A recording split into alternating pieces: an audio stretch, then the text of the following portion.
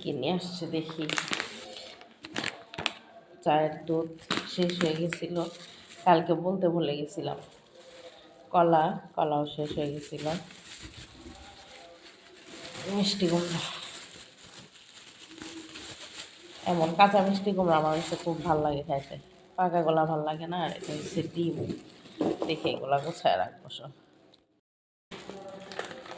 কলার চাল আমার শেষ হয়েছে, এখন আজকে নিয়ে আসছে দেখি আমি কলার চাল এভাবে বয়েমের ভিতরে ঢেলে একদম বয়েমের ঢাকনা ভালো মতো বন্ধ করে রাখলে ঘ্রাণ অনেক সুন্দর থাকে, অনেক দিন পর্যন্ত ভালো থাকে। নাহলে দেখা যায় চালের মধ্যে অনেক দিন রাখলে চালের মধ্যে কাঠ পোকা উঠে যায় কালো কালো। এই জন্য কলার চাল আমি সবসময় এইভাবে রাখি, বয়েমের ভিতরে ঢোকায় যেভাবে মুখটা ভালো মতো টাইট করে বন্ধ করে রাখি একদম।